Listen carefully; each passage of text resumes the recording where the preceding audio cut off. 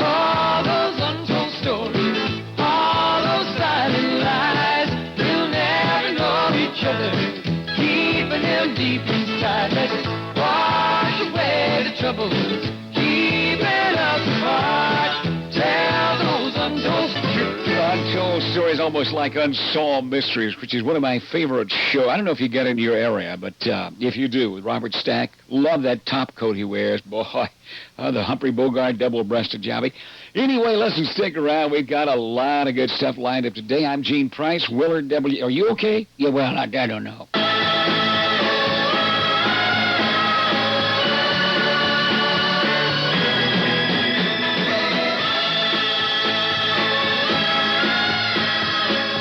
Love that song. Tony Orlando and Wind, Make Believe, 1969. And you said when you cut that, it was going to be like a demo for Frankie Valli. Right. You see, like I said earlier, the demos I used to do for Carol, this was a demo for a guy named Bo Gentry, who was trying to get this song to Frankie and asked me if I'd come down and do as good a Frankie Valli imitation as I could do. and that was the best I could get out of it. But that's an interesting record, because that record was a very much you never know what you're going to do, what's going to bring you next. You know, you never know. Sometimes you do things now that fail. And the thing that fails now, really, when you look back retrospectively, that's the very thing that was the key that unlocked the door to something else. The name Wind, I mean, figure wind, rain, dawn, night, day, dusk, okay? Right. So the main Wind, this group, was responsible for the producers of the Candida record, the Dawn record, to go with a name, because this record, Wind, did go on the charts. It went like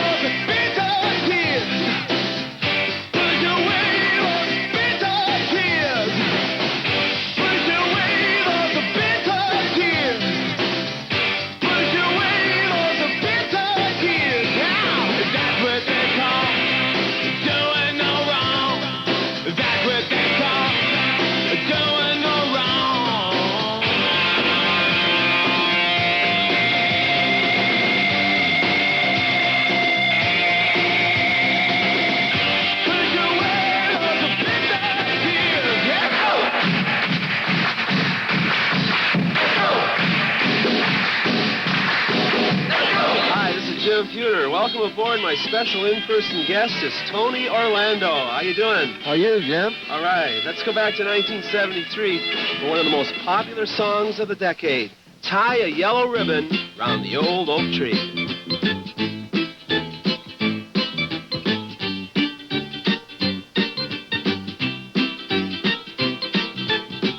I'm coming home, I've done my time.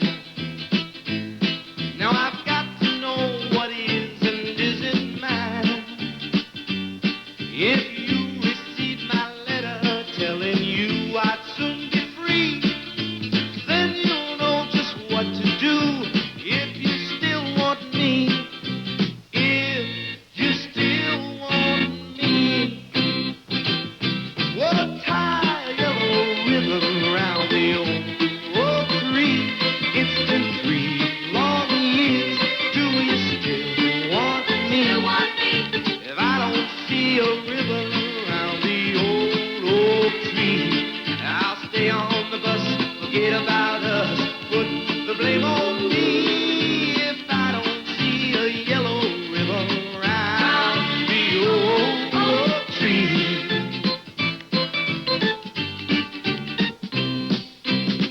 Bus driver, please look for me, 'cause I couldn't bear to see what I might see. I'm really still in prison, and my love, she holds the key. And my job is to assist ships when they arrive in Jeb Ali and Dubai to ensure that they have a good visit, one that's free of incidents, and handle any problems that may arise. I'm here to brief you on Liberty in Dubai, what you can do, what's available, and some things you should be aware of. First of all, there's very good Liberty here in Dubai. I've done 4 deployments in the Indian Ocean, and this is probably the best Liberty port this side of Singapore. There is excellent hotels, restaurants, shopping. The hotels all have discos, pubs, even country western places. They provide a wide variety of entertainment. The alcohol is probably a little bit more expensive than you're used to in the United States, but you can get a pint of beer here for about $3.50 American, and that's Heineken beer or Foster's, Bass. Also American beers are available. However, this is a Muslim country, and you have to be aware that drunkenness is not tolerated, and that, as a rule, the Muslims do not drink. If you leave a hotel and do not come directly back to the ship after drinking and go into town, you can have a problem. In some areas, such as Fujairah, they will flog you if you are caught drunk in public. How do they define drunk in public here? They define that as anyone whose breath smells of alcohol. The punishment in some areas can be as severe as a public flogging. They had a British expatriate who was picked up in Fujairah, and he was given 80 lashes. They actually had to give him his punishment on two separate occasions because they felt more than 50 lashes would kill him, so they gave him the other 30 lashes 2 weeks later. Also, you will see people of all sorts of different cultures. There are Arabians here, Filipinos, Indians, Pakistanis, Bengalis, Palestinians, Americans, British, and Iranians here. They are basically here for one thing, and that is business. They're not here with any particular axes to grind, but they have their own cultures and should be respected for having their own cultures. There's nothing particular superior about our culture over their culture, and if you treat these people like you yourself want to be treated, I don't think you'll have any problems. But you have to realize they are here in business. They're eager to sell you their services, be that clothes, rugs, jewelry, food, a place to stay for the night. And they are usually genuinely happy to meet you as a person, as long as you treat them with the same manner you expect to be treated. The Arabic women who you see in veils should not be stared at. That's considered offensive to them. Also, do not take photographs of the Arab or anybody here without their permission. Don't take pictures of their military people. Don't take pictures of any of their government buildings. Best time to take photos is during the siesta time, which is from 1 in the afternoon till 4 in the afternoon. One of the other differences here is that Thursday and Friday are your weekend periods. The holy day is Friday here. So you'll find that most of your government businesses are closed on Thursday and Friday, and many of your shops are closed on Fridays. Everything picks up again on Saturday, which is equivalent to our Monday. If you're going out in town shopping, you'll find most things are closed during the siesta period, except the hotels, which open, and a lot of the clubs and the hotels, which operate 7 days a week. Usually the restaurants are open. Some of them are open 24 hours a day. Many of the discos open much later at night. Some of the discos don't even open till 10 o'clock at night. Your ship will be providing you bus transportation to various locations. Close by to where we are in Jeb Ali is the Jeb Ali Hotel, about 5 minutes away. This is a 4-star hotel that provides several clubs and restaurants. Rooms run about $75 a night. Also, about halfway to Dubai is the Metropolitan Beach Hotel, the Chicago Beach Hotel, which has rooms running for about $65 a night, and it also has facilities on the beach. There's the Metropolitan Hotel almost to Dubai, and that has rooms for about $65. All these hotels come equipped with restaurants from 5-star continental cuisine to relatively inexpensive fast food such as burgers, steaks, fries, and other local dishes. An example of some of the nightclubs at the Metropolitan, they do have a country western place called the Sheriff's, a British pub called the Red Lion, and a disco type club which opens at 10 p.m. called the Disco 2000. This is similar to most clubs in the area. The shopping areas in downtown Dubai consist of the Al Ghurair Shopping Center, which is a regular mall type shopping area. There's also the Galleria adjacent to Hyatt, which includes many very nice shops plus a nice skating rink. There's also the Karama shopping area, which is a lot of little shops in a 2 or 3 block area, which mostly consist of clothing stores and places you can buy cassette tapes. In the downtown Dubai, they have the gold souk and the textile souk, where you can buy suits and also buy gold. Souk is the Arabic name for a place to shop. Gold here is sold by the gram and is one of the better bargains in the area. Also, electronic devices and camera equipment is a fairly good bargain at some places like the Karama and the souks. When you go on the beach, you need to be wearing somewhat conservative dress. Men need to have collared shirts, a collar that turns over, not a t-shirt type collar, but an actual collar that turns over. Sleeves on their shirts, no tank tops, and long trousers. You can wear swimsuits and shorts at the beach or during PT. Women should wear blouses and dresses that cover the arms and the shoulder, or the upper part of the arms and the shoulders. No plunging necklines, and skirts should go to the knee, and they can wear slacks or jeans. Some of the discos won't let you wear jeans and tennis shoes in them, but there's no problem in itself, other than the fact it's a little bit warm to wear jeans. You can wear them out in town. There's no status of forces agreement in town, so for some reason you get put in jail, there's no guarantee that you'll be released from jail anytime soon.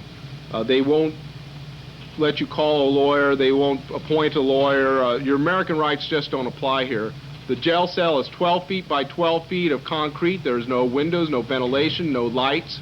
There's just one door on it. There's nothing to sit on or lay on other than the floor of the jail cell. You're fed out of a bucket. So it's a place we want to avoid, and I don't think most of you have to worry about that. But the buddy system will ensure we won't have to worry about that if you look out and make sure if your sailor or your shipmates had a little bit too much to drink, that he or she either brought back to the ship or put up in a room for the night. How do you get around here? Well, your ship's going to be running buses to and from the points of interest. Also, there is a government bus that will stop by the ship every hour. It's red and black, and it has or red and white, and has black lettering on it, and it's about 4.5 dirhams to get down to Dubai, but it quits running at 2300 at night. You can catch a taxi to Dubai. It's somewhat expensive, probably on the order of 50-60 dirham to go down to Dubai. Once you're in Dubai, it should not cost you any more than 10 to 15 dirham to go anywhere inside Dubai. I'll provide the Master Chief with a list of taxi fares so he can have those duplicated and give you some idea of how much a taxi fare is once you arrive in Dubai. If you want to hail a cab, you just point to the ground alongside yourself. You negotiate the price for where you're going, and once you agree on a price, then pay that when you arrive at your destination. If after you arrive at your destination the cabbie says you owe him more money than what you agreed upon, take down his cab number or memorize it and refer it to the police later, or if there's a police available wherever you're going, and there are at most of the hotels, refer to it to the police at that point, and just the referral to the police will usually cause the cabbie to settle up at the agreed price. When you're shopping, bargaining is expected. except at places where there's fixed price sign. The basic rule of thumb is to offer initially half the price of that the shopkeeper says the item is worth, and then you work to an amicable agreement on the price. Like I said, gold, camera equipment, rugs, and men's and wool and silk suits are particularly good buys here. Do not buy the VCR tapes because they are recorded at a different frequency than your own machines, and they won't work. Cassette tapes are bootleg tapes, and though they are a good buy, you're in violation of U.S. laws if you buy them. Also, rugs marked made in Persia or Iran are prohibited from being brought back to the United States. You can call home fairly easily here. There's AT&T access, and there is a direct dial from most hotels where you just dial the country code and area code and your home phone number. Calls are expensive, except between 7 o'clock at night and 7 o'clock in the morning, particularly on Fridays when they're the least expensive. But they normally run $3 an hour here, or excuse me, $3 a minute for a phone call. We've had problems with sailors running up phone bills as high as $2,500. And you have to pay that before you go. They could put you in jail for failure to pay your debts. Also, the USO has phone little cellular phones like this available, and they allow you to call home, and it avoids the access charge to AT&T. AT&T pays that bill for the USO. They will usually bring their truck out to your ship during the day also.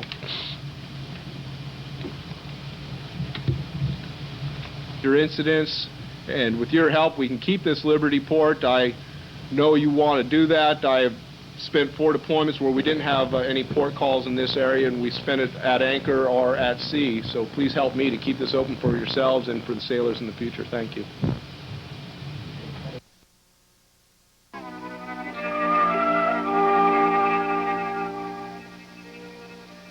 For weeks now, your association with Corinne Scott is...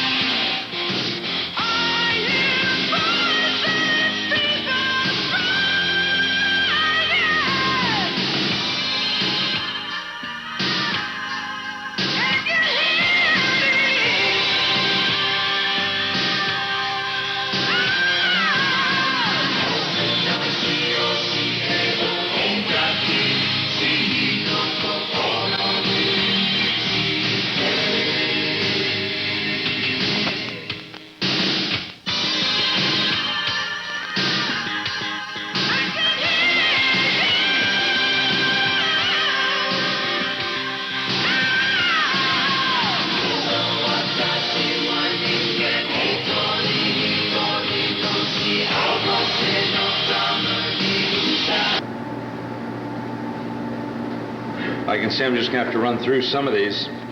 There are some well-dones here, some notes I made, and other inputs I've gotten. I think everyone I've talked to felt they had a super port visit in Haifa, and so our thanks to the personnel office who prepared all the Liberty identification cards so that all the people could enjoy our visit in Haifa. Well done, and thanks to all the hardworking division training petty officers who are spending some late hours grading various courses. That's thanks from the Educational Services Office, the ESO.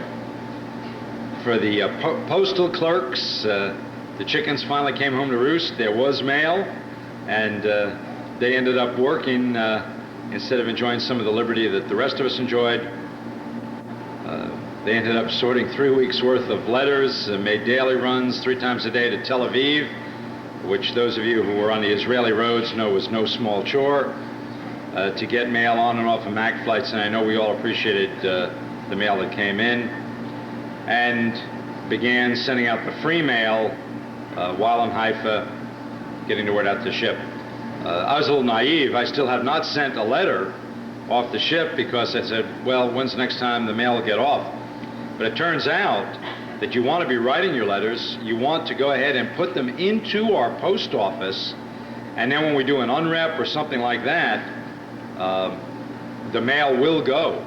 And so those of you who got your mail on the Leroy Grumman the other day, it's already flying back to the States, and I'm in big trouble, so. And from the supply department, a personal attaboy to Lieutenant Commander Select Mike Allen, who made things happen with Liberty buses, vehicles, telephones, getting rid of the garbage, etc. It's a dirty job, but someone has to do it.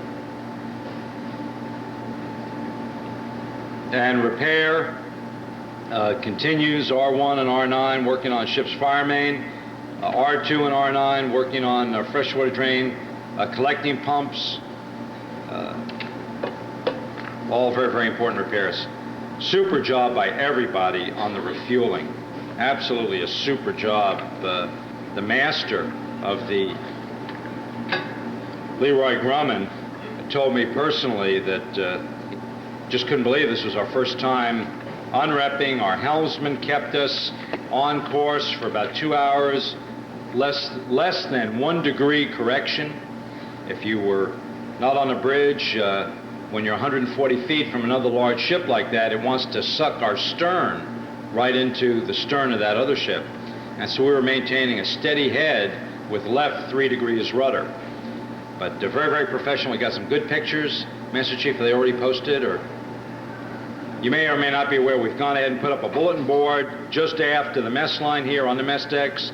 We've got the pictures that we took from the Mediterranean, and we'll get pictures up here, Pedessa Lynch, and all of the photo lab doing a super job, as well as Pedessa Johnson making the videos. But we'll go ahead and post those, and you'll get a chance to see what you did. The master of the Leroy Grumman also took some photos, which he sent to us by Highline, which we've developed. And there was a P3 flying overhead, and that was strictly serendipity. And the P3 is going to send us photos showing both ships doing the unrep. So everybody looked good, though. I'm very, very proud of you. And another first for the LY Spear. And that was a result of a lot of hard work. You know, we started on that 5 months ago. Crawl, walk, and finally run. The unrep, the stream practice with the Concorde, across the pier in Norfolk, to give us the experience and the confidence to go ahead and do the unrep. Well done to the navigation team. I'll tell you, they have really matured into a super team. Those of you who have not been on a bridge, you may not appreciate the dangerous navigational waters that we're going through. In fact, last night we found ourselves using charts that we had gotten from the Italians in the mid-1930s. I will tell you, they were not very accurate. But the navigation team working through the night, getting us through Suez, getting us through the Ethiopian Straits, very, very impressive, and very pleased with their performance. If we don't stay off the rocks, we're not going to be a very effective unit here. Went ahead and I think we can start the fan again. went ahead and sent a message shortly after we got into the Red Sea to our new boss, who is Commander, U.S. Naval Forces Central Command, which is in the Persian Gulf. And I took a line from Chief Warren Nicholson at the end, where Warren Nicholson said that there was a saying that we came to repair ships and chew bubble gum, and we're all out of bubble gum. So I think that expressed my thoughts pretty well. Can you still all hear me? Yes? And so we got a message back this morning from our boss. He says, "Welcome to the Mideast. We look forward to meeting and working with you, and we also have run out of chewing gum." Rear Admiral Wright sends. So I think we're setting the play on words here, the right tone. There are a lot of little items, some are major items that I want to go over with you, and I'll entertain any questions that you might have. Last night, we went ahead and backed up the whole CHT system. Flushing water was secured for 6 hours, and once again, the DCA and his damage control people really doing a pretty dirty job. Several hundred gallons in the R5 spaces. It's the low point. And the bottom line is, I looked at some of the stuff that came out of the drain line. We just have to do better. It is unacceptable to put chem wipes or parts of mops or little wire brushes or female sanitary napkins into any of our flushing drain systems. When you're chipping decks, you need to put DC plugs into the deck drains. It was amazing what came back up from those drains. A lot of the non-skid that had been chipped in the machinery room, came right back up through those deck drains. That kind of stuff just kills us. And when it is hot and it is dark, you know, we don't want to lose use of our sanitary facilities. So I ask each and every one of you, please, do not put these items in any of our sinks. I don't even want you to put coffee grounds down. You know, criteria is it should be soluble. I'll tell you, if we have this kind of problem again, and I was very tempted to do it last night, I'm not going to watch the dozen or so guys and gals up to their eyeballs in CHT trying to fix it for the whole crew. I'll just take the crew to general quarters and we'll help them out. So please, it's a very responsive crew. You're all intelligent young men and women, and we have not had a recurring problem with this, but we just can't afford to be stupid. We just can't afford to be stupid. I want to talk to everybody a little bit about air conditioning. It's a lot more comfortable today. And so you probably think that we've worked some wonders. Well, you can thank God tomorrow at church services. When we're in the Red Sea, the injection temperature, the temperature of the ocean, was between 95 and 100 degrees. Right now, we are in the Indian Ocean. And Master Chief, you may want to just point, we've just come out of the Red Sea. No, left. Yeah. We're just above Africa. We're working our way around Saudi Arabia. So we're in the Indian Ocean, and the seawater temperature has dropped to between 80 and 84 degrees, a 20-degree drop. Well, when that happens, we're able to get rid of, with our air conditioners, more heat. Now, this is just a temporary break. This is just a temporary break. In 2 days, when we get back into the Persian Gulf, and you can see what a small area the Persian Gulf is, seawater temperature is going to be back over 100 degrees, and air temperatures are going to be between 105 and 120 degrees. It is going to be as bad or worse than it's been over the last 2 days. So we've authorized T-shirts, several other things. We are working right now to contract 2 temporary air conditioning units, refrigerant air conditioning units, that I hope to put on the boat deck, and I hope to have them tap into the shore connections for chill water. But even so, it's not going to be comfortable, and I have no guarantee that I can get those pieces of gear. So we've got to get acclimated. People's tempers are going to get short. It is enervating, but that's the facts of life. These ships were not designed for this climate at all. We're going to put up some tarpaulins, some tents. We're going to cover the main deck and the boat deck to the max extent possible. If we have to go to Omar the tent maker to get those made, we will. But please continue. I see a lot of people walking around with insulated mugs, and please keep your water intake up. Don't get in any bad habits in the next day or two, because it's just going to make it worse for us. And I do appreciate everybody maintaining the air conditioning boundaries. The issue there is those areas that we can keep cool, we're able to keep cool, and the other areas, that's unfortunate. I asked you all to watch your potable water usage after leaving Haifa.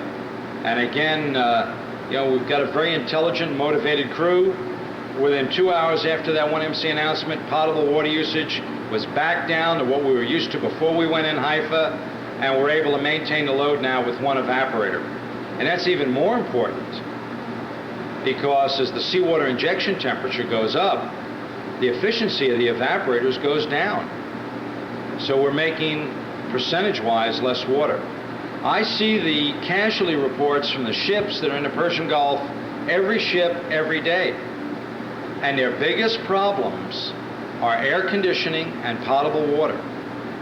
And we've put a lot of money, a lot of effort, and a lot of attention into those areas, and we need to keep it up. But we can't be stupid. On Monday and Tuesday, we're going to be doing some damage or battle problems, not just going to GQ, not just setting condition zebra, material condition zebra. We're actually going to be doing battle problems. Now, we've done all of the building blocks that we need to do: shoring, training our repair lockers, doing the individual CBR training. This is going to put it together. We don't want to hurt anybody, but we have to build our confidence. I will tell you that the Abe Lincoln, which is our newest nuclear carrier, in the Persian Gulf sighted a floating mine, an active mine, just 10 miles away from it. They sent out the EOD team. They destroyed it. That mine was 10 years old. It had been planted by the Iranians. It was a bottom-moored mine, and after 10 years, the cable had corroded and it broke its mooring. So mines are a very, very real threat to us, and not just from the Iraqis. It is a dangerous area. We are getting hazardous duty pay. We are getting tax-free pay, at least the enlisted are. So I need you to take this seriously. And I'd like to remind everybody that we're going to have at least one night GQ to test our ability to egress from our spaces at night. Please, I know some divisions are practicing that already. If you're not practicing it, I recommend you get your buddies together with you and you start practicing so we don't hurt anybody. Ship's dirty. XO talked a little bit about that on the 1MC. Got field day as soon as we're done here. We'll have a short cleanup before we enter port. Certainly want to make a good impression. But we need to keep this ship clean, and it's going to be tougher as it gets hotter. I'd like to remind everybody that my command policy is very clear on advancements. It is your military duty. It is your military duty to prepare yourself for advancement in rate. We have the September exam coming up. If you will meet time and rate, time and service requirements, it is not optional for you to have completed your PARs, your military leadership, and your in-rate courses. And I will hold you and the chain of command responsible as I review shortly who is eligible and what your status is on preparing for advancement. This is an issue of putting more money in your pocket and more responsibility with you. It is not optional. I'm the only person on board who will deny someone from taking an exam or having been selected from being promoted. I'm pleased with what I see on enlisted surface warfare qualification and also surface warfare officer qualification. I know that some of the classrooms are a little hot, and I saw the ISWA session out on the gun deck last night. It really warmed the cockles of my heart. So anything we can do to support that, I look forward to each captain's call starting to give out more and more and more surface warfare. We've already given out 4 SWO pins to Mr. Rupp, Gates, Spruill, Tuck, Gates and Spruill, and to Lieutenant J.G. Rupp also. So well done to them.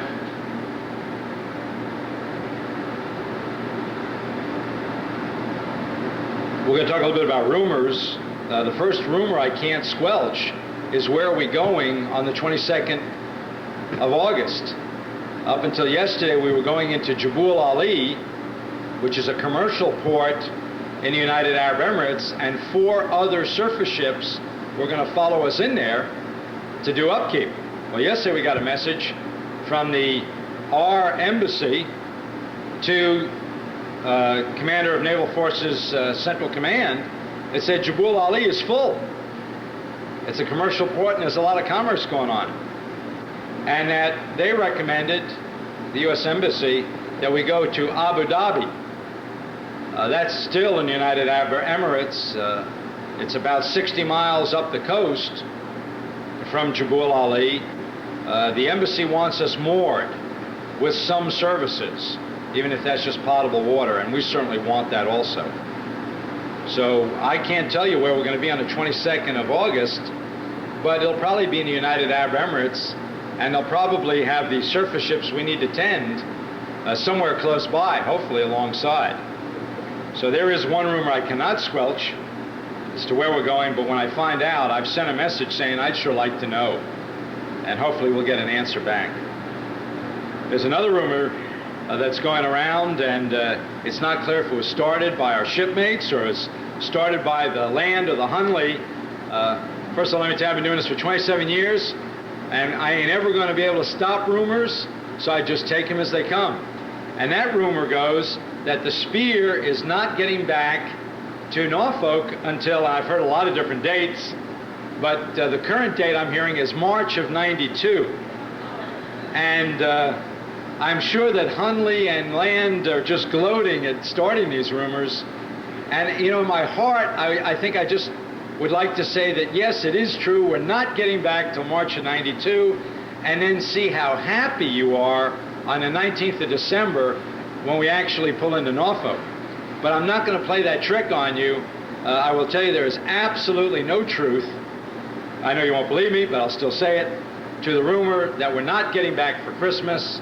I've already told you publicly that Admiral Childs, who has come subland, the 3-star admiral, told me face-to-face right before we left, his 2 concerns. One was for terrorists, our self-defense, that we make sure that we're ready for that. And the other was that face-to-face, unless there's a shooting hot war in the Persian Gulf, LY Spear will be back to Norfolk on 19 December, period. And so, in terms of the rumors, until you see about 6 U.S. carriers, aircraft carriers, headed for the Persian Gulf or the Red Sea, I would not worry about LY Spear getting back for Christmas.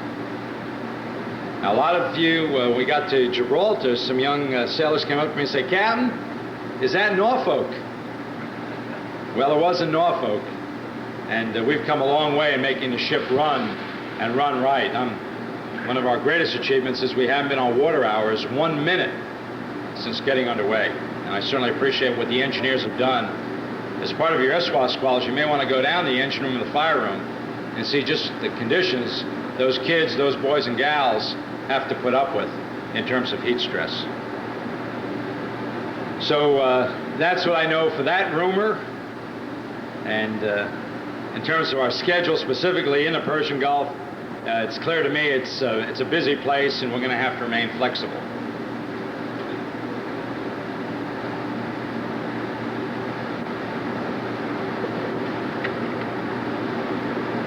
have one negative thing that I want to discuss with you, and it gives me absolutely no joy to discuss this, but I do not run the ship on rumor, and so when something has happened, I want you to know about it in a timely manner.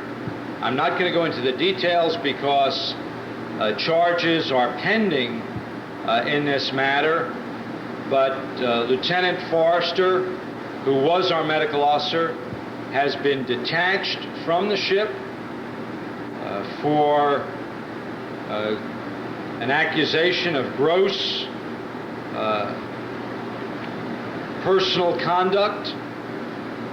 When charges have been preferred and the case is resolved, I will be more candid in the details, but he has gone from the ship. He will not be coming back to the ship. Lieutenant Vaughn is the ship's medical officer, and one of the things I want to address, and you're going to see this posted, we get every couple of months from the Chief of Naval Personnel a captain's call packet, and it talks about various issues. This one talks about an update of the report of progress of women in the Navy, which was conducted extensively in the fall of 1990. And what this particular issue talks about is fraternization. Now, I've defined for each and every one of you what fraternization is. I'm going to read it to you again from this. And that the Navy policy states that fraternization is any personal relationship between an officer and an enlisted member which is unduly familiar and does not respect differences in rank and grade. And any officer-to-officer or enlisted-to-enlisted relationship which is unduly familiar and does not respect differences in rank and grade, where a senior-subordinate supervisory relationship exists. And I've defined that on here to include the same division and same duty section. And that this issue is gender neutral. It can occur between males and it can occur between females. It does not have to have any sexual connotation. The Navy prohibits fraternization because relationships, as discussed above, involve or give the appearance of favoritism, and they involve the improper use of rank or position for personal gain, and they could reasonably be expected to undermine discipline, authority, or morale. Now, I'm telling you, at different times in the Navy, there's the opportunity to have bad timing. Fraternization right now, sexual harassment, are on the front burner. That the whole T-shirt issue is, I've already been attacked on the T-shirt issue. We're going to maintain the T-shirt policy. I would appreciate, and I know this cuts both ways, for our more muscular men, if they could wear loose T-shirts, and if for our more endowed female shipmates, they could wear looser T-shirts. We're not trying to have a wet T-shirt contest here, or a Mr. LY SPEAR contest. So the issue here is crew comfort, productivity, and good order and discipline. We have made the T-shirt a uniform, and in the short term, until I see it go bad, basically the T-shirt will be authorized wherever the working uniform is authorized.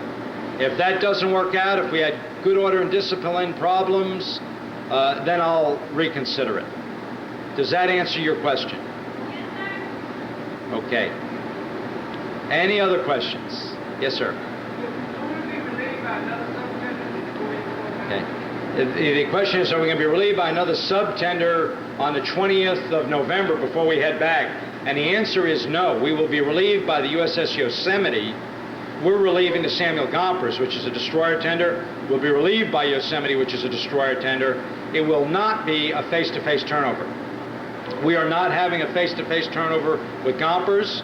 Yosemite, we will leave before Yosemite gets there. And I know part of the rumors are what happens if Yosemite breaks down, you know, and that can happen. But Admiral Child's feeling is the submarine force has done their bit. The surface Navy can take care of their own. So I'm not losing any sleep over the material condition of the Yosemite. I will tell you, it's going to make you sick at the material condition of the surface ships over here. Those of you who are used to dealing with the submarine force, well, we do not allow a ship, a submarine, to sail unless it's in as perfect material condition as we can make it. The ships over here, they have been kicked out of their home ports. Fix yourself or get fixed overseas. When you look at the casualty reports for the ships we're going to be tending, the LY Spear is by far in the best material condition of any ship in the Persian Gulf. Any ship. Including the newer Spruances. These guys are on their butt. And we're going to fix them as best we can. But it sure makes me proud to be a submariner in how we do business. It's very, very sad to see the condition of these ships and things that affect crew comfort most of all. So, okay, Master Chief, here we go.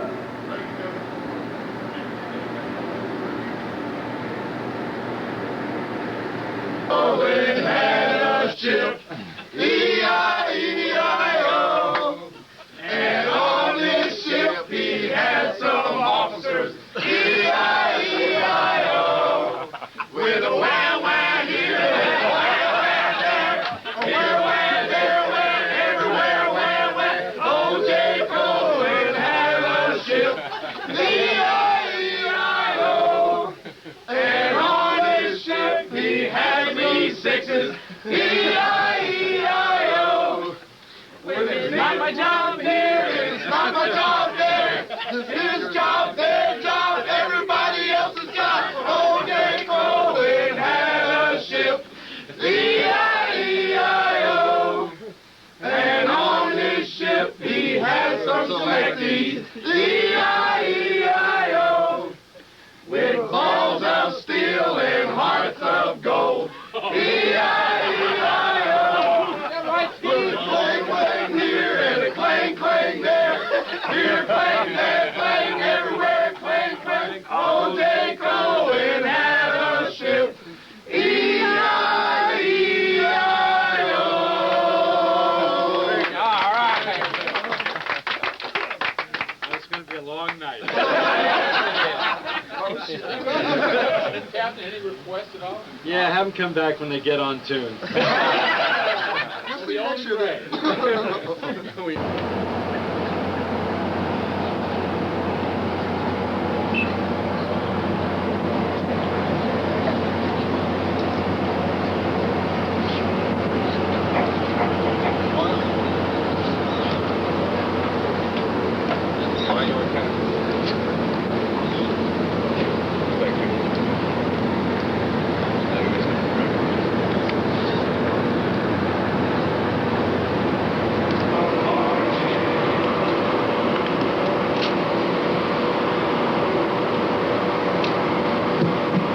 Ladies and gentlemen, our national anthem.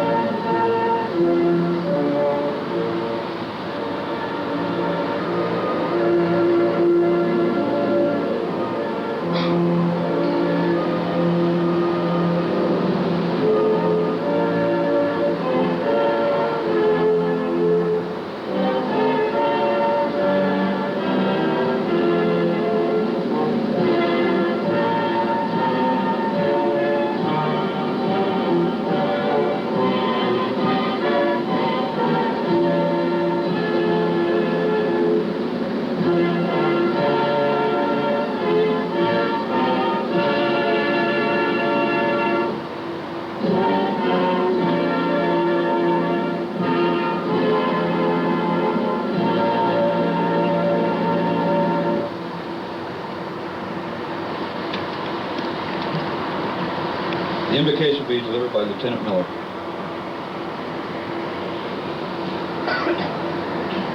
Let us pray together. Most gracious God, we pause to remind ourselves of your presence among us and to invoke your blessing upon our gathering. Today we pray especially for these 7 people before us. We're grateful that you have blessed them in their careers to this day. May they assume their new responsibilities with grace and good humor. Grant them wisdom in their decision-making, good judgment and empathy in dealing with those who work for them, and persistence in all their efforts. Bless and keep us all in your care, for we ask our prayer in your most holy name. Amen.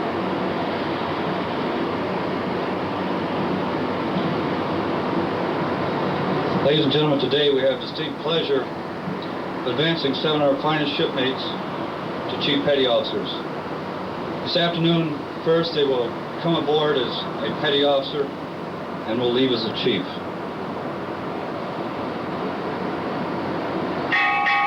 Petty Officer Wisniewski arriving.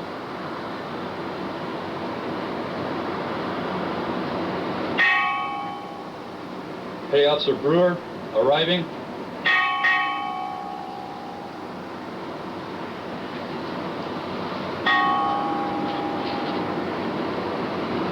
Petty Officer Phillips arriving.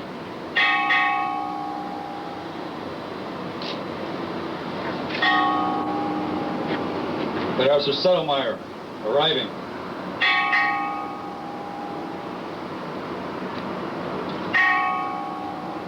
Petty Officer Meade arriving.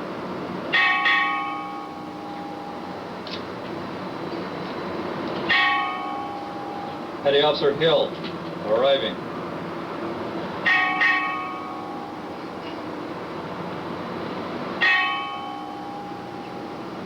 Petty Officer Beard arriving.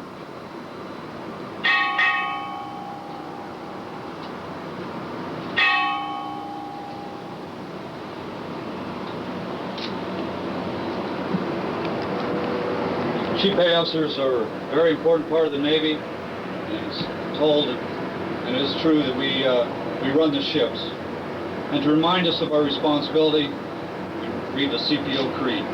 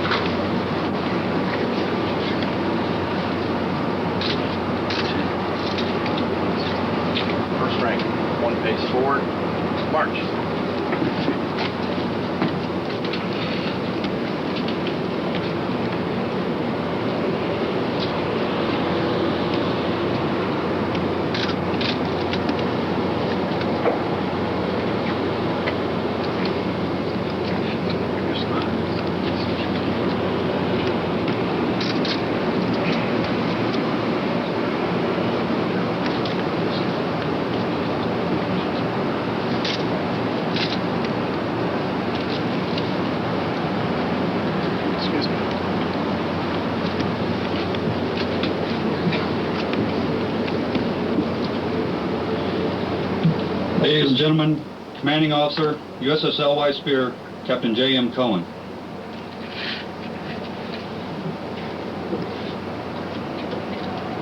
Good afternoon. I'll start out by reading the frocking letter for our new chiefs on board. It's from Commanding Officer, USS LY SPEAR, to each of our new chiefs. This is the authority to assume the title and wear the uniform of a Chief Petty Officer. In accordance with the applicable references, you are hereby authorized to assume the title and wear the uniform of a Chief Petty Officer, effective immediately. Your appointment carries with it the obligation to exercise increased authority and willingly accept greater responsibility. Occupying now a position of greater authority, you must strive with a renewed dedication toward the valued ideal of service with honor. In accordance with the applicable references, you will not be entitled to the pay or other monetary allowances of a Chief Petty Officer until you're actually advanced to the pay grade for which you've been selected. My heartiest congratulations to each and every one of you. Before we present the Frocking letters, and please everyone stand easy, if you would, let me tell you what a absolutely great day for the LY Spear, for myself, the United States Navy, for the chiefs of this great Navy, and for our new chiefs on board the Spear. Ever since I was a midshipman, I will tell you that it has been the Chief Petty Officers that have taken me under their wing through each and every tour, not every other tour, but every tour, and have taught me what I needed to know, shown me the maturity that I needed to gain, and taught me the right way of doing things. And I hold our Chief Petty Officers in the absolute highest regard. It's one of the greatest strengths of the United States Navy that we utilize the Chief Petty Officers so well in all fields of endeavor, whether it's watchstanding, technical repairs, and most important, and I think that's what today has been all about for these selectees, leadership. Because that's what a Chief Petty Officer means to me, leadership in our Navy. There are a lot of firsts today. It's a first for me to congratulate these Chief Petty Officers in command of a surface ship. It's my first involvement with a surface ship Chief Petty Officer advancement. It is my first advancement of a Chief Petty Officer who is a female. And most importantly, this is the only place on earth that the United States Navy is at war. We're receiving hazardous duty pay, combat pay. This is a day that I know I won't forget, and I know that our chief selectees, not just because of the rigorous initiation that they've just been through, and I thank the Command Master Chief and all of you for inviting the XO and I to observe part of that, to tell the truth. But the fact that we're standing here under this canopy, the sun is partly obliterated by the smoke that's coming from the fires of Kuwait. The fact that we had mine watches anytime that we leave this pier, the fact that some of our sister ships have come under gunfire, even in the last few weeks, speaks very well for the danger of the times and the increased need for the leadership that our new Chief Petty Officers will provide. So it's a great honor for me to participate today, and as I look around and see many of the officers in the wardroom of the LY Spear who have gone through this Chief's initiation on their own before getting commissioned, I can tell you that they share with me this great sense of pride in all of our shipmates. And so I say well done each and every one of you. I salute you and I congratulate you on a very, very important step, possibly the most personal of all ceremonies that we have in the Navy, the transition from E6 Petty Officer to Chief Petty Officer. And so to each and every chief, I salute you. Congratulations. Mess Specialist Chief Petty Officer Gwendolyn Wisniewski departing.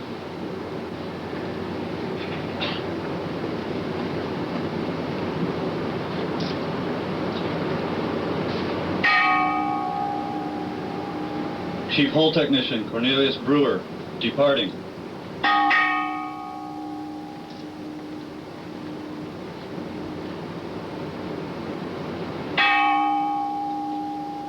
Chief Pattern Maker Danny Phillips departing.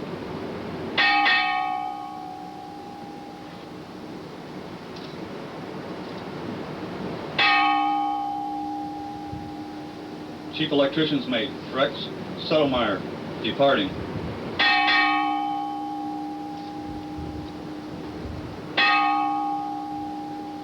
Chief Storekeeper Wayne Meade departing.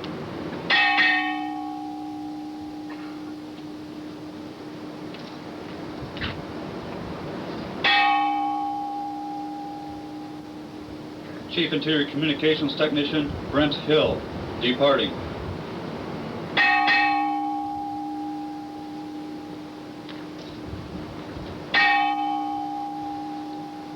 Chief Machinist Mate Rodney Beard departing.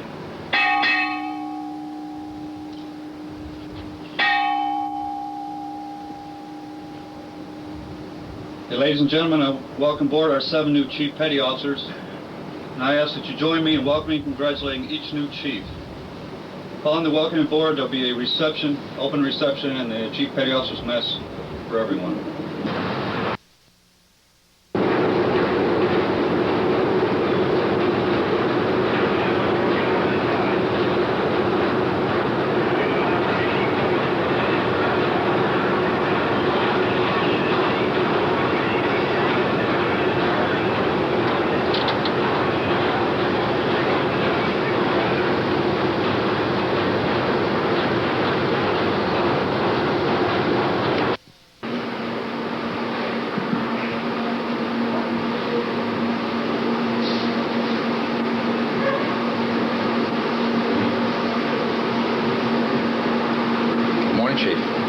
Marks the spot, huh? Secretary of Navy takes pleasure in presenting the Navy Achievement Medal, Gold Star, in lieu of third award to Chief Boatswain's Mate, Surface Warfare, William Perry Bowman, for professional achievement and superior performance of his duties while serving as leading Chief Petty Officer of 3rd Division, Deck Department, LY Spear, from April of '91 to August of '91. Displaying commendable leadership, superb technical skill, and resourcefulness, he coordinated and directed an exhaustive and highly successful effort to recertify his ship for alongside replenishment, which contributed significantly to the ship's particularly high state of operational readiness.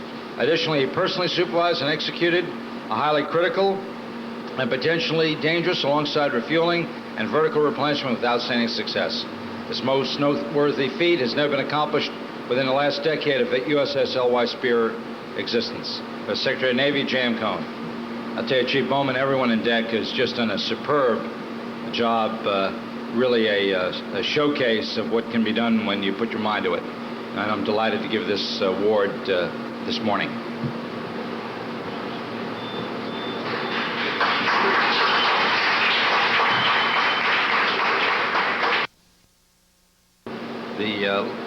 About 2 dozen of our shipmates, and I think there are about 50 of us there total, went ahead and had a Hispanic American night, and the guys and gals just made some super dishes, and it was really a lot of fun. So I only wish that I could dance to some of that music. I don't think it's in me, so I'll work on it. I'm pleased that the workload this upcoming weekend is going to let us take another weekend off. I know that the last weekend went very, very well. People were able to recharge their batteries.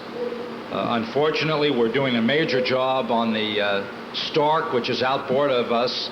In fact, probably as we speak, we're removing our number 3 ship service diesel generator, which is a very, very large job. And I'm very pleased, and we'll talk a little bit more about that. But the people, unfortunately, who are going to have to support that on a Tiger Team effort, we'll figure out how to make it up for you. I want to remind everybody on this long weekend, or this weekend, that the buddy system will be in effect, and that the Navy policy here in Bahrain is that if you're E6 and below, and you want to stay out overnight, and you're certainly welcome to do that, but you need to put in an overnight chit. And the key there is just telling us where you're going to be staying. So on the last weekend that we had off, I saw everybody head off with their packs, etc., and I look forward to that this weekend also. I will tell you that we're starting to see an increase in the number of alcohol-related problems on here. Alcohol has resulted in fights. It has resulted in some fraternization problems. When you are intoxicated, your inhibitions are lowered. Those people are getting treatment, but it's up to each and every one of us as shipmates to make sure that our shipmates stay out of trouble. And my policy remains the same. It will never change. If you have a divisional or departmental affair, even if it's a going away party, there'll be plenty of alternate non-alcoholic beverages, designated drivers, and we're just not going to let our shipmates get in trouble.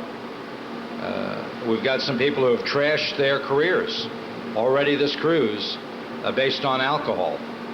So I'm not a crusader for or against alcohol, but it's starting to develop into a problem.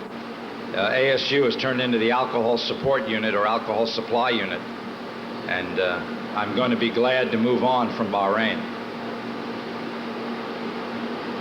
One of the common problems, and we're at that point in the cruise, is that people will call home, find out that there's a problem, and instead of coming to the chaplain or the LPO or the division officer or the command master chief, they'll decide that they want to go out and just drown their sorrows. And then their life gets a lot more miserable as they start doing stupid things. So please don't let that happen to you. If you've got a problem, we've got plenty of support available, and we will do everything in our power to help you resolve satisfactorily your problem.